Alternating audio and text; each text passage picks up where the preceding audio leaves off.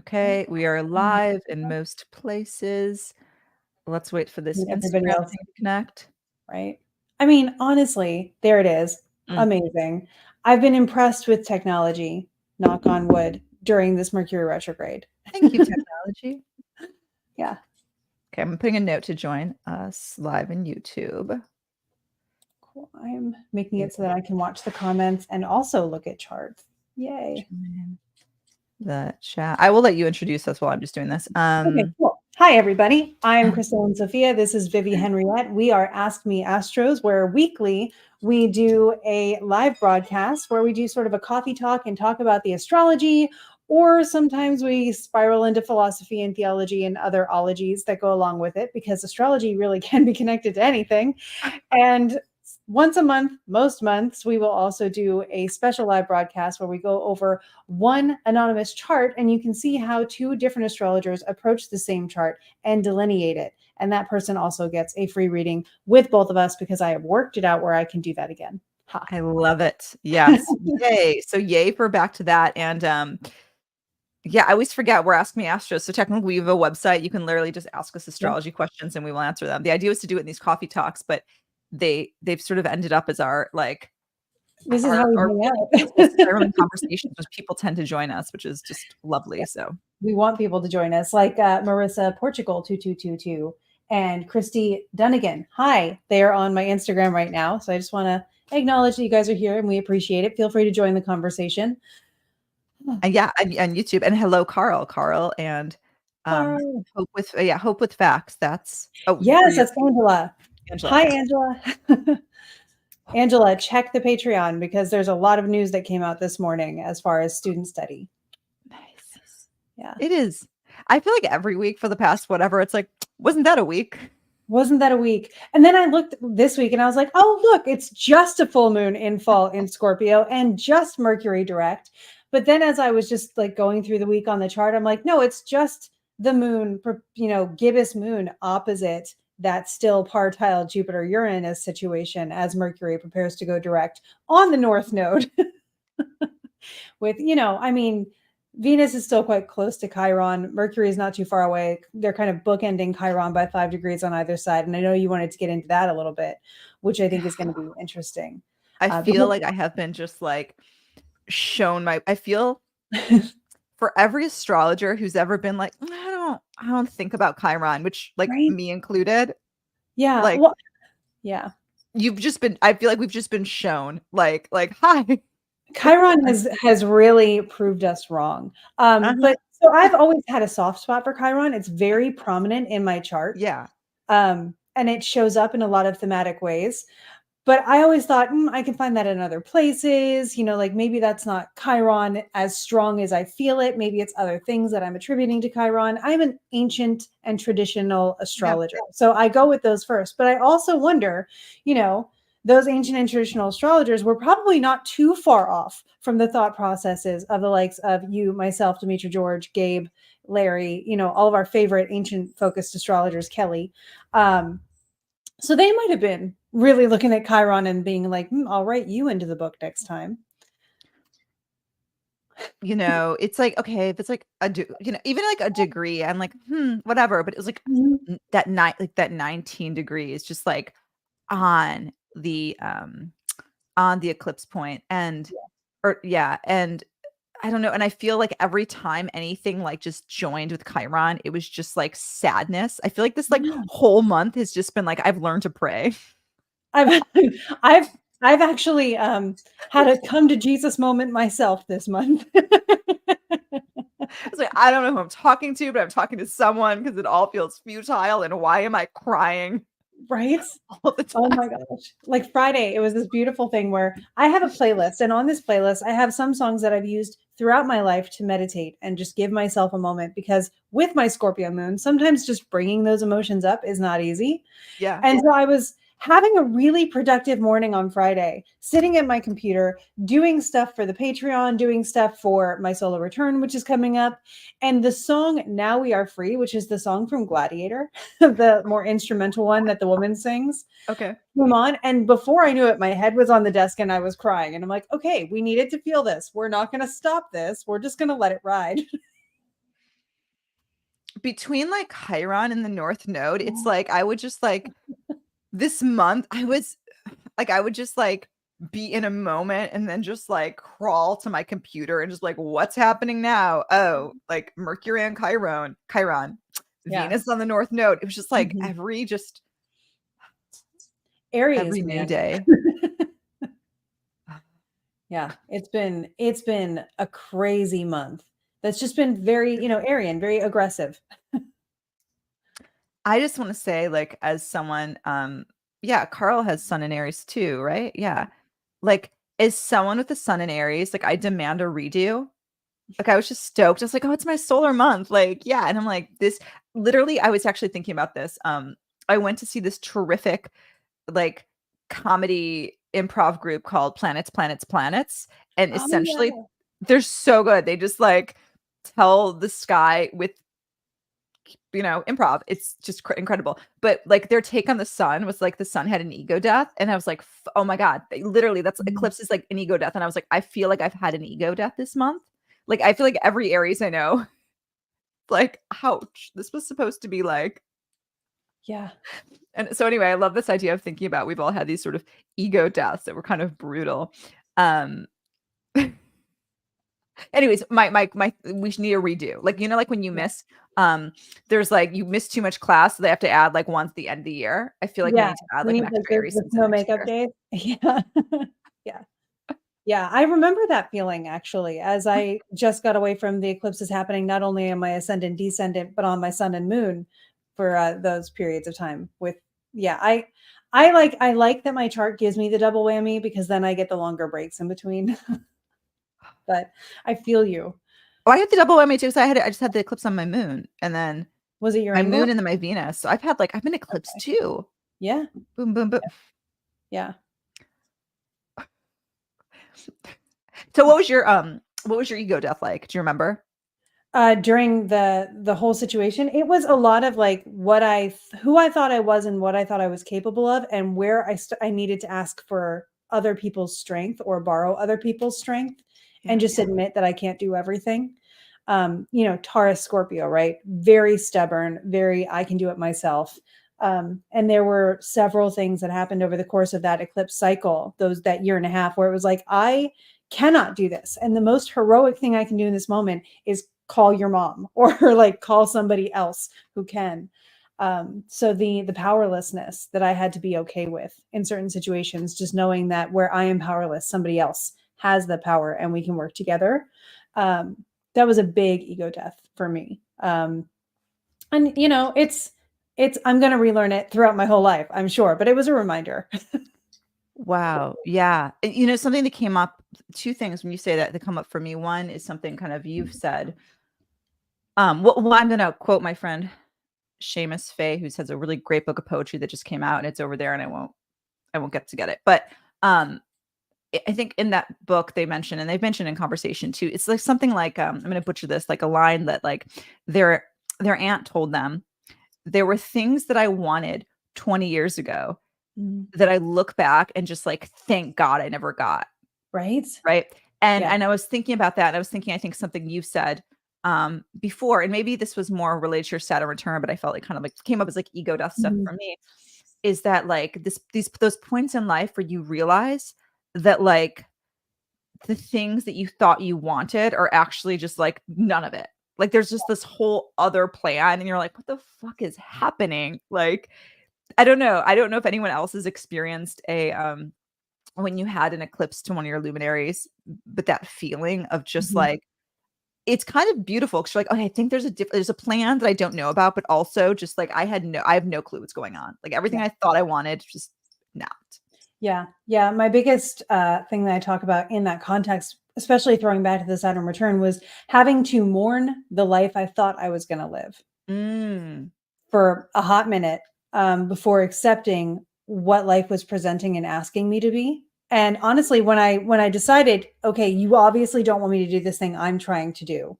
What do you want from me? And I just sort of paid attention for a while to see like what people asked me about the most, what they were most interested in when they talked to me and that kind of stuff. And it was constantly astrology. And without it, I would not have leaned into astrology more.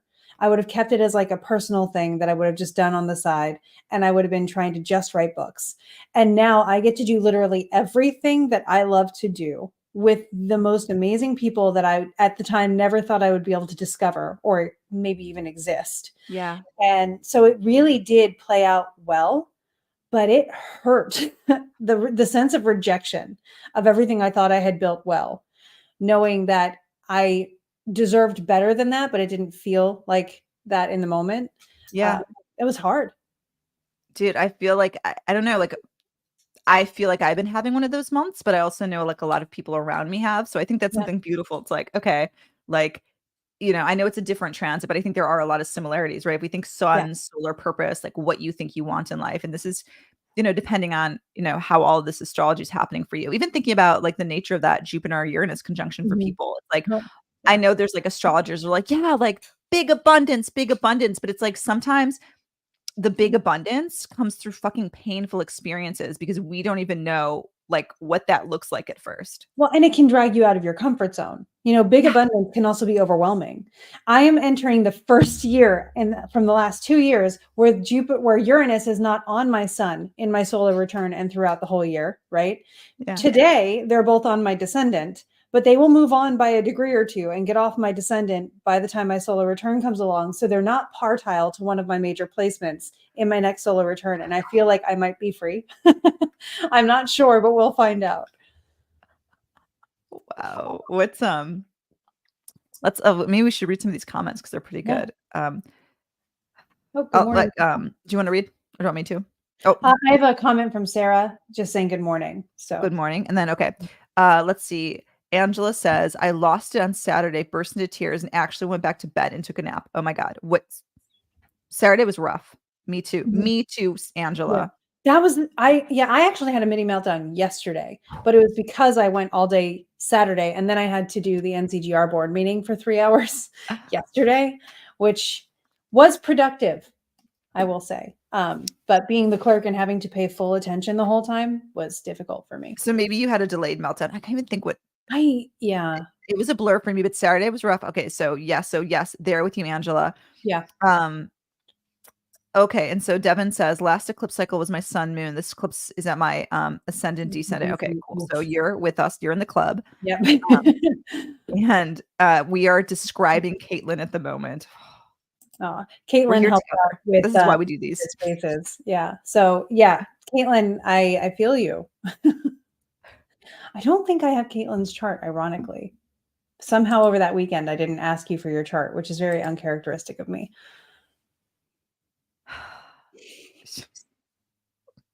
Should we look? I don't even I dare to. Should we look at the chart at the moment and kind of like Yeah, so I can absolutely do that, and it would be my pleasure. Let me just make sure that we can see it as best as possible. Awesome. as So you I'm do going to that? go I'm ahead actually and gonna grab this book and see present. if I can find the quote I was looking for. Oh. We have a quote. I love when we have quotes. Okay.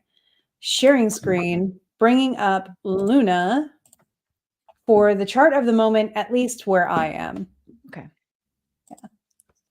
Because you'll have something different on the rise right now because you're in California. And that's totally cool. I just kind of want to see the week stuff. Yeah. So can you add the chart to the? Oh, I'm sorry. I don't have those controls, unfortunately. There I'm a we shitty go. assistant. It's cool. So what we're looking at right now is Jupiter at 22, Uranus at 21. They will get back together on the 22nd degree by the end of the week, or by the time we hit, I think by the time tomorrow comes with the full moon situation. Or when is the full moon this week? Hang on. Maybe you guys can see when I do this. Maybe you can't. Yeah, the full moon is tomorrow. So we have the full moon tomorrow, and that's when the moon will scoot on over here to oppose the sun. Yeah. And then later this week on the 25th, Mercury goes direct. And we can look at that chart too, because that kind of shows everything, the culmination of most of the movement of the week. Oh my God. The moon is at, is it 4 degrees is the full moon, right? I think so. Hang on a sec. If I go over here to cycles and I pop into the last new moon and then scroll down to the full moon on the 20th. We should give that date. When was the last? We should have the date because that's interesting for people to think about too. The last new moon in Scorpio. Oh yeah, sure. It's right here, April 8th. There Okay, was great. So everyone think about the last new moon in Scorpio would have been 6 months ago. Yeah. No, that's what I'm Yeah. thinking of. So the last new moon in Scorpio would have been Yeah. what's the date? I can't. Um, Don't make me do the math right now. no, it's okay. I'm going to pop back to 2023 Sounds and I'm going to do the Scorpio November 13th. okay. Okay. So think about November 13th in your life. Yeah. So what was going on around November 13th and how is that culminating now that we have a full moon in that similar cycle? And yes, it is at 4 degrees. And where I am, it's right at moonrise and sunset. It's pretty. It's yeah. So think about what was like. I'm like things are happening in my head. But curious to know. See, like this is just it does. The cycles don't stop, right? We're in one story, and then this other story is going to make an appearance, and it's like this fun scene where all the stories sort of start to converge. Mm-hmm.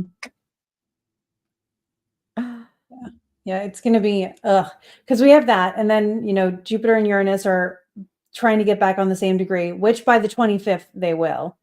But it's just it looks when you look at just a transit thing. This is why it's nice to be an astrologer, because when I look at the list of transits for the week, which you can get on a lot of social media posts and stuff, Yeah. like, oh, there's only 2 transits. It's so calm this week. No worries. But then you actually go through as an astrologer and you're like, yeah, there's still some energy happening here.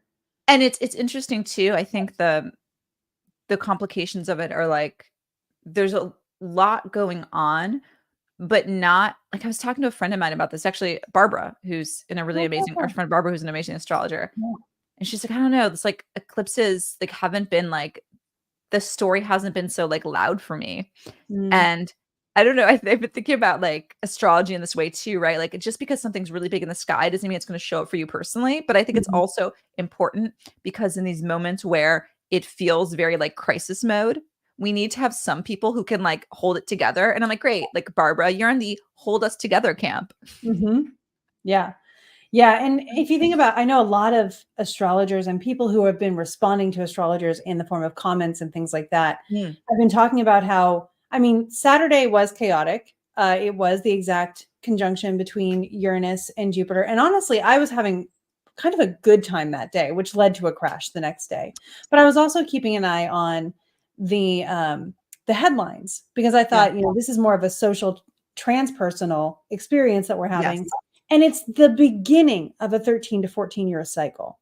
That's the part I want to keep in mind for everybody, is that there may have been things on that day that sort of gave a preview of what we're going to focus on over the next 13 to 14 years when it comes to innovation in society, in art, in technology, in work and resources, and things that are similar like finances and things.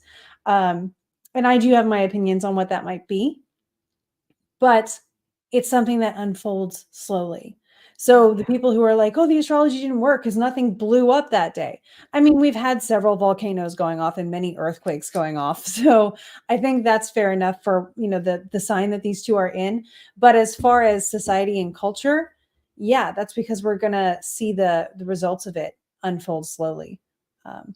Yeah. And oftentimes like the thing about history is like it's the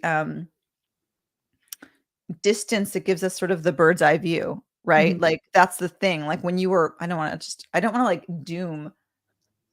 It's so hard to talk about this Jupiter Uranus conjunction Taurus because like the cheap shot is like, oh yeah, World War II, which 1941, the last time these two planets converged, excuse me, in Taurus. But I really hate that like, and this like that sort of general equation. So I'm going to stick around. I'm going to stay away from that, right? Yeah.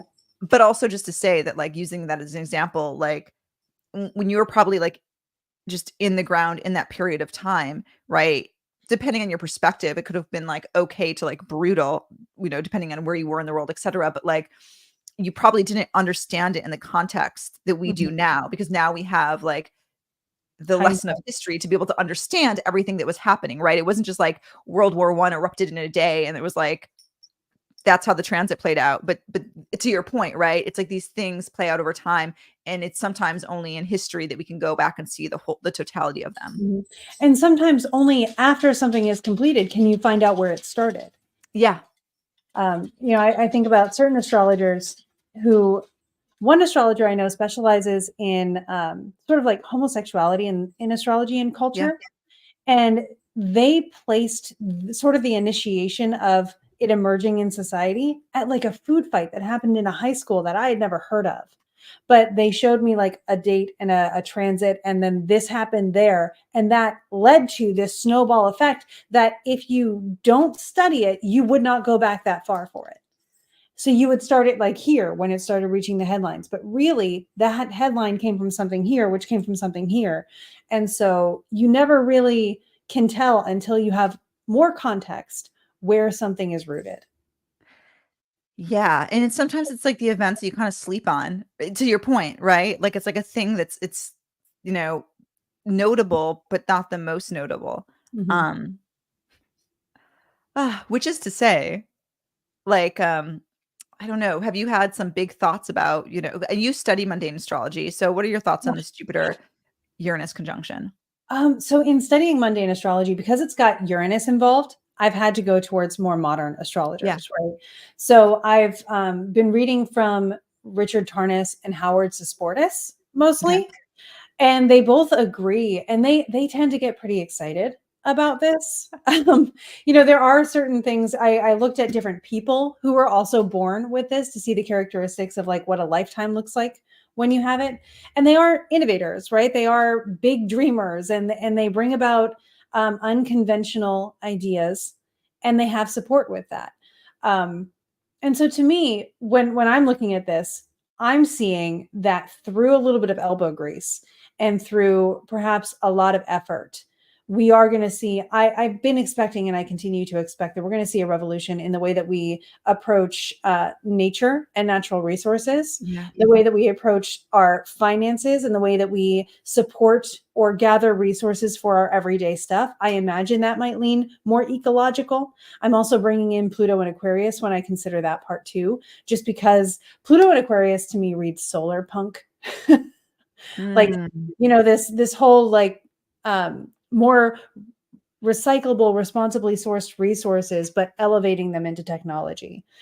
um and so I'm thinking that, maybe that Uranus or Jupiter conjunction in Taurus is going to show these are where your priorities should be. This is how you start building the potential for that kind of futuristic world. And on the ground, what I'm seeing is the priorities with where our nations around the world delegate their funds. I would love to say I'm pleased by it, but I think there's room for growth. Yeah, absolutely. Thinking about this idea of, I absolutely agree with, innovations around environment and resources and things like that. And something I was talking with my friend Julia Mihas around, but she'd love your thoughts on, is like thinking about not only, I mean, this Jupiter Uranus conjunction, it's it only happens every 14 years, and obviously Mhm. not every 14 years it's in an earth sign. So it's kind of a rarish thing to be in an earth sign, but it's interesting that it's coming after Pluto. Again, you mentioned Pluto into Aquarius, but also thinking about this age of air, right? Mhm. Like the last time this would have happened, we would have been in an earth age. Yeah. And Julie was proposing, right? Like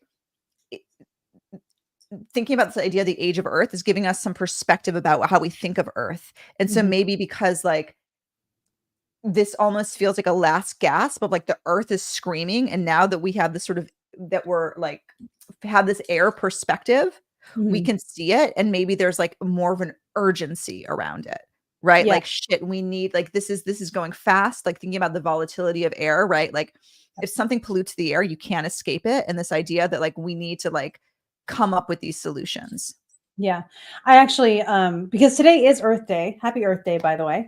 Last week on the podcast, on the Alchemist Inkwell podcast, we interviewed a friend of mine, Raquel Cohen, who just did a book on eco anxiety and like exercises to combat it.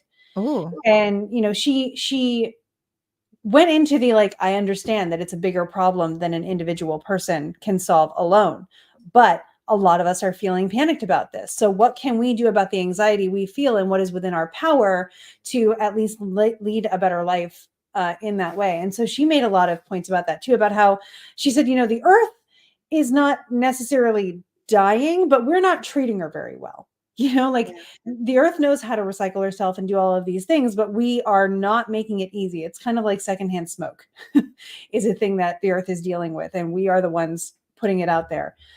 So there is some responsibility that we could take. And you're hearing a lot of people saying this is our last chance to put a halt to the issues of any kind of climate crisis that is kind of sinking into being permanent. And I think that we're more and more, you're seeing people in power saying, okay, we need cars not to be putting out as many fumes. We need this to be more feasible and sustainable. And those are slowly creeping in, which has been, as someone who grew up in a coal town, I listened to people complain about this transition my whole life. I remember people complaining about light bulbs when I was like 5. And so now that what do you mean complaining about light bulbs? There was this big deal that happened when I was a kid in the area that I grew up in, where the transition from one type of light bulb to that more spirally kind of light bulb. Oh yeah, big government conspiracy. Oh, the light bulb that lasts longer. It was like I love that I don't know LED. It was some other kind. I think we're beyond even that kind now.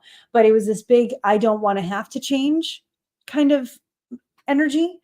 And they shouldn't make me or force me to change, and therefore it's not my fault that these things are happening. And there's a lot of those energies that we're seeing play out on larger scales now, where people are saying, you know what, let's just change because it's actually easier to change, which Uranus and Jupiter would agree with. Yeah, absolutely. It's easier to change than stay the same sometimes.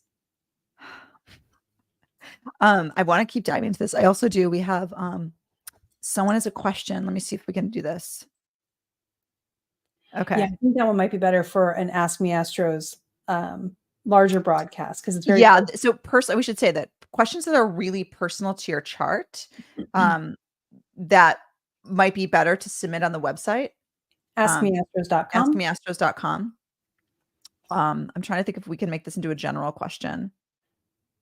Okay. If this conjunction is squaring a placement of yours. Okay. Maybe. What do you think? Okay, hold on. In terms of squares, what are your thoughts on these squares? Okay, so Rhonda's asking about their chart and their husband's chart, both of them. Okay, so this conjunction is squaring both. Yeah. So what does it mean if this conjunction is? I mean, we could say squaring a natal placement, or maybe an opposition. You could say in harsh aspect. Yeah. If you have a conjunction, an opposition, or a square from Jupiter and Uranus to a placement in your chart, I would say particularly if it's a more personal planet, which would be Moon, Mercury, Sun, Venus, even Mars. Because the other planets, Jupiter and Saturn, because they move slowly, that's your whole like micro generation going through that transit together. So your more personal experience would be from Mars down. So thinking about that, if it's a personal planet, let's start there. And then we can talk maybe about the micro generations as well to cover the Jupiter question or the Saturn question, I guess it was. Yeah. Did you want to start with that or do you want me to go into it? Well, just to start thinking about like, we were talking about how this transit can feel like a shakeup or kind of abrupt, but I would say like, especially so with it's a square, right? Square opposition, conjunction, it can feel like more rattling, right? Especially because it's happening on the fixed axis. So, there's something in your life that suddenly changes out of nowhere, or even, it depends on where it's happening in the chart, right? If it's happening in your 7th house, it could be something unexpected happening with your partner, maybe potentially for the good. But that's a hard thing with astrology, right? The good doesn't always feel so good in the moment. I keep saying that like I'm the biggest bummer. So we can start there. And the problem with Uranus for an astrologer who is trying to predict is that Uranus's whole qualification is that it is unpredictable.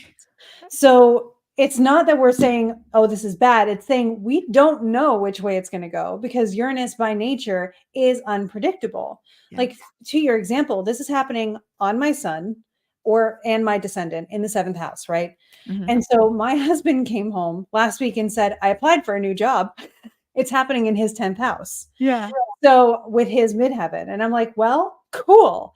I don't know how it's going to work out, but I support you entirely, and we're going to be happy with whatever goes on because it's Yeah. not in my control, but it is impacting my life a lot. You know, my son and the descendant being in the same place, and it's something he feels very positive about. So I did my best to be like, I don't know what's going to happen, but we're going to ride this roller coaster, and we're going to scream as though we're excited because if we have to scream, it might as well be an excitement instead of fear. Love that. I love And that so much. that's how I taught myself to like roller coasters because I did not always like them. So I was like, if I'm going to scream, I might as well tell myself it's an excited scream. Um, so with a square though, it might be something that you have to put a little more effort into or something that happens that requires more time and attention because it's not happening right there, right now. And it's not happening over here. It's happening at this angle of like, make it work. You can think of a square like an elbow. So you have Yeah. to put in some elbow grease Love to that. make it happen. So for, for people who are experiencing it on a square, this might feel like life happening at you initially, and then you ride the wave, scream as though you're excited until it's over. And then when you look back, you see how that actually opened up a gate for you to be able to access something that was inaccessible before. But I honestly, with Uranus, it is just ride the wave most of the time. Absolutely. And this makes me think about just like the way, well, I'd love to know your thoughts on this. The way I sort of think about consulting astrology is like, you can look at someone's chart ahead of time Mhm. and go, okay, like these are some hot spots or things that I might, depending on also the layers, what profection year you're in, what's happening with like, Yeah. these other sort of systems. You could say, okay, like this is something perhaps I'd keep an eye out for. I don't know how it's going to play out, but just, watch this period of time and be Mhm. mindful. And, we have some clues, maybe partner or whatever. Yeah.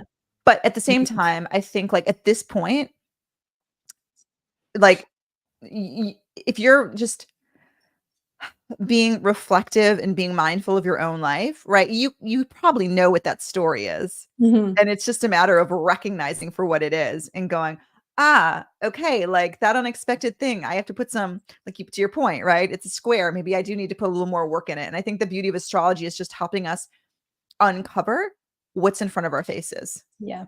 Yeah, and that's one of the things this is my looking at the bright side, but I actually do enjoy squares because at least it feels like something is happening. You know, with a trine, it's something that's going so easy, you might have missed it, and it's like, "Oh, that was cool," but it's like, it's over now, and well, okay, did it really even happen? Whatever.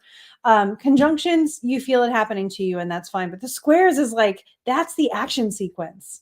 That's your time of the movie where you're doing something and making progress and feeling involved.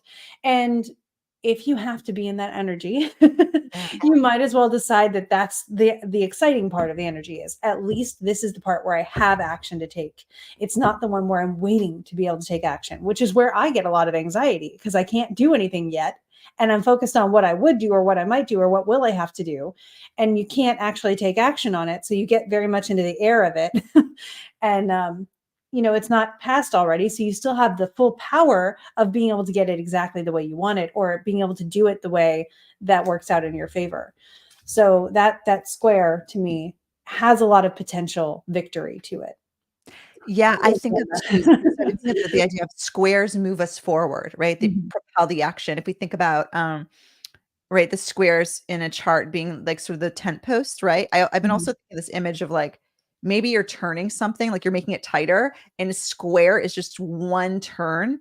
And mhm, so oftentimes there is a crisis of conflict of I need to change, right? I'm mhm, moving forward. How am I going to like, you know, break open almost thinking about like stretching a bone or something, or I don't know, I'm like weird analogies here, right? Like you have to like turn the thing and then the bone will grow in. That mhm, yeah, like what is you stretch the skin and then the bone to leave space for the bone to grow in. I mhm, think of a square like that. So it kind of can feel crunchy in the moment, but oftentimes exciting too, because at that moment you see where you're going. And oftentimes I find like the most difficult astrology is really confusing because it brings like some beautiful things and the difficult things at the same time. mhm. Yeah, and usually it is a best of times, worst of times situation. Yes. It's like, I'm getting where I want to be, but boy, is this uncomfortable. Like, can it not be so, can there not be so much friction? Can it not be so itchy trying to get through this? Yeah, I But really like I just came up with that, like, the bone growth bone analogy, but I one, think it's, like, yeah, perfect, right? Because it's like that's you're really good. stretching the skin and you're making way for that new growth, but Mhm. Yeah. And Rhonda, just to lightly touch on sextiles, yeah. some ancient astrologers are like, if it's a sextile, don't even worry about it. They're like, it's so small, whatever. But what I've also come up with in interpretation through lessons and various readings that I can't remember the specific source to cite right now is that sextiles present an opportunity Yeah. and you can take it or you can leave it. And so it's the, want this thing and you can be like, sure. And then you get it. Yay. You get to work with that from now on. Or you can be like, meh, and you can move on.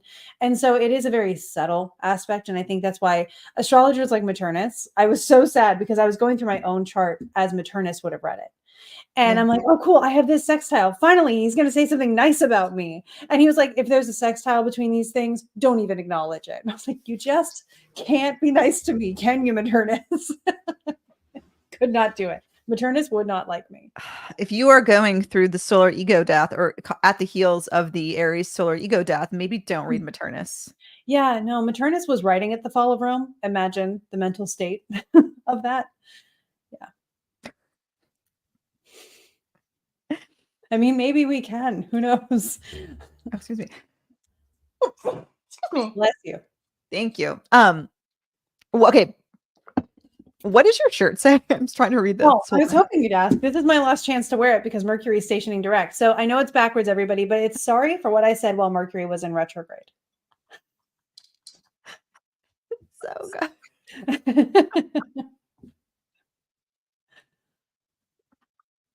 My sister-in-law made it for me. It's like my favorite gift that she ever made.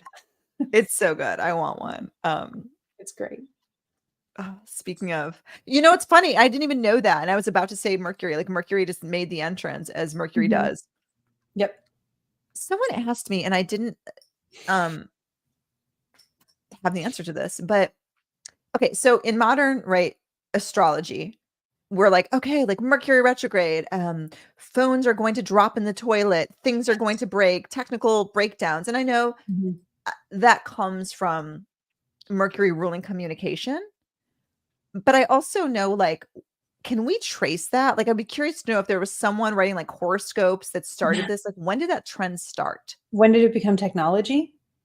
Yeah, but like it's specifically the Mercury retrograde. This is becoming this time where like because there's so much more to the Mercury retrograde of like Yeah. the psychopomp, the evening star, the like sort of period of mourning and whatever. But like when did it become this sort of like pop culture, like everything's gonna break Yeah, down? well, I don't know when people started blaming Mercury retrograde for everything. I imagine it was in the 70s or the 90s. Yeah. Um, but I actually don't know the source of that. And I know like phones get it because they're forms of communication. Yeah. So it probably would have been like, oh, your letters will get lost in the mail, that kind of thing. And now it's like you're going to crack your phone screen. But But it's was not the it like, phone oh that we're yeah, worried about. It's the I mean in connection the with 70s, but you're the like in the like, I don't know, yeah. even thinking of like the I don't know, like the golden dawn, like working with astrology and like their turn of the early um 20th century, right? Were they like running around being like, "Oh, no, no, Mercury retrograde, don't send that letter." Like Yeah. that Don't cut feels your fun. hair. Huh? There's a big one of don't cut your hair during Mercury retrograde as well. That one I did find in like a medieval one. I think that does date back of like don't do I think I read it in William Lilly of like don't trim your hair or do anything like this. Oh my god. However, thinking about William Lilly, he was probably thinking don't trim your hair because that's considered a first degree relic. So if someone doesn't like you, they could take it and work magic against you. Um, fair point. Yeah. I don't know, I was thinking about that this and I was like, "Oh, I want an answer." Like I want to know that like I think it'd be a really cool thing research project for someone who's not me Yeah. to do the history of Mercury retrograde in pop culture. Yeah, I mean, Rhonda's saying it wasn't as blamed in the 70s. So it must have been a 90s thing where that came up as New Age was really emerging. I imagine Mercury retrograde became you know, the Yeah, I thing was to talking with do. Larry. Larry didn't know either, our mentor, Larry Arrington. Mhm. And she was saying, she was like, "Oh, I suspect it's like you could probably trace it back to someone's like horoscope column or something. Like Mhm. someone started some sort of trend." Yeah. Speaking of Mercury stations direct this week, right? Yes, it does. Thursday? Is it Thursday? On the 25th, which is Thursday. Yeah, I have Yeah. the chart for it, which makes Okay, me I'll add it to the stage. Are you ready? yes. Okay. Ta-da! So this is what I was talking about before we even jumped on. You Yeah. have the moon opposite, separating by a degree by the time Mercury goes direct, but this is at 8:54 a.m. So before this, the moon is just separating from this opposition here. I'm thinking about this more than anything, simply because the moon does translate the light of the planets to us. So if Yeah. something's going to come down to Earth and be like, hey, notice me, it's going to be when the moon says something about it, especially the moon being in fall. But Mercury here is stationing direct right there with the North Node, separating by a couple minutes, but it's only a couple minutes. It's like the symbolism and all this is like just too much. Like this like faded North Node moment, Chiron. Also thinking about the moon opposite Jupiter Uranus to flesh that out for people. So if people have like if this conjunction is happening somewhere like really striking in their chart, they may pay attention to this day, especially because the moon might really um trigger that moment in a way that might even feel more um powerful than it did when it happened the first time. Mm-hmm. Yeah. Doesn't it just feel just this like drama is the only way I could describe this past month. Just everything feels like high stakes, dramatic. Like someone's just like And I there's a lot of wonder, passive aggressive happening, a lot of sighing in the chart. yeah, I'm wondering if it's not because we're all taking things personally, right? Like we're all feeling personally attacked this month, and therefore we are prepared to retaliate or at least be defensive in a lot of ways, myself included. Like I know that my trigger for defensiveness has been thinner this month Yeah. than it typically is, and I've had to catch myself. One of the things I'm very proud of myself for, after years and decades of cultivation, is being willing to admit when I'm wrong, being willing to stop myself, even if I'm mid rage, and just be like, I'm not being fair right now. Hang on. And then give myself another outlet. I'm sometimes successful in it. That's like a 50-50, right? But it takes a lot of work. Yeah. So it's been one of those months where there's been a lot of, I know I'm not being fair right now, but I have a lot of energy that I need to let out. Where do I put it?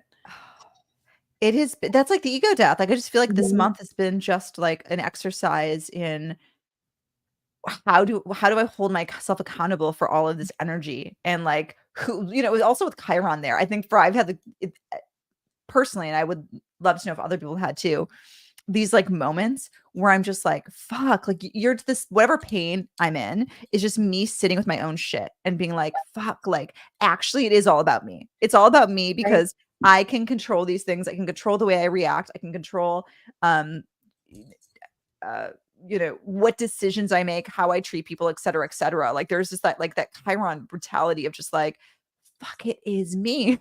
Mhm. I'm the problem, yes. I'm the And problem. so Rhonda has a great, solution Yeah. of digging a garden. I am also doing that, but additionally, Dan and I have decided, I have a punching bag that was in the gym at my old house, and it was hanging from a beam there. We're gonna put it up in the garage here because he'll come home, his biggest thing that he needs an outlet for is road rage. We Yeah. acknowledge it, we don't channel it in wrong directions, and we give it somewhere else to go. And so I'm like, you know what? Like yesterday when I was having my meltdown moment, I get a lot of pent up energy in the forearms. And so I'm Mm. like, I need to push or I need to hit or I need to break or something. You'll find me doing like this a lot to try to get it out. But Yeah. I'm like, if I could just punch that punching bag, I'd feel good in like 30 seconds. So we both were like, we're going to put the punching bag up. And we're Yeah. very excited. But Mm. I'm very martial. I know like I was on with John Edward at one point. He was doing the interview for me for his app. Yeah. And he was like, "You don't come across as a Taurus." And I'm like, "Scorpio moon and rising." And my, the moon is in trine to Mars and Jupiter, and like they really talk in the chart more than anybody. So I get that. The thing about like Scorpio, I always like it's the strategic Mars like almost like Mars with strategy, right? Like I just like will just fire off. Like I'm an Aries, and so that's very obvious. I feel like we're just like, enthusiastic puppy dogs at some moments. But like I was funny. I was talking with someone this week, and I referred to you as my conference spouse because we always like travel and stay together. And it's like I know that like you are going to wake up at like 4:30 every single morning to get your exercise in. Like you're Yeah. Marshall, right? It's very Yeah. like, no, like I must wake up and train for the ninja battle that is life. But That is most people life. wouldn't know Yeah. that about you. Yeah. Yep. I'm up every day. And the thing is, the Taurus plays a role in this too. Because if I don't do it, that is a wagon I will fall off of really fast. So I tap into my Mars and get it done first thing before I can even process it in the morning. I'm halfway through my workout. So I might as well stick it out. And then I don't have but I could just curl up in my fluffy blanket.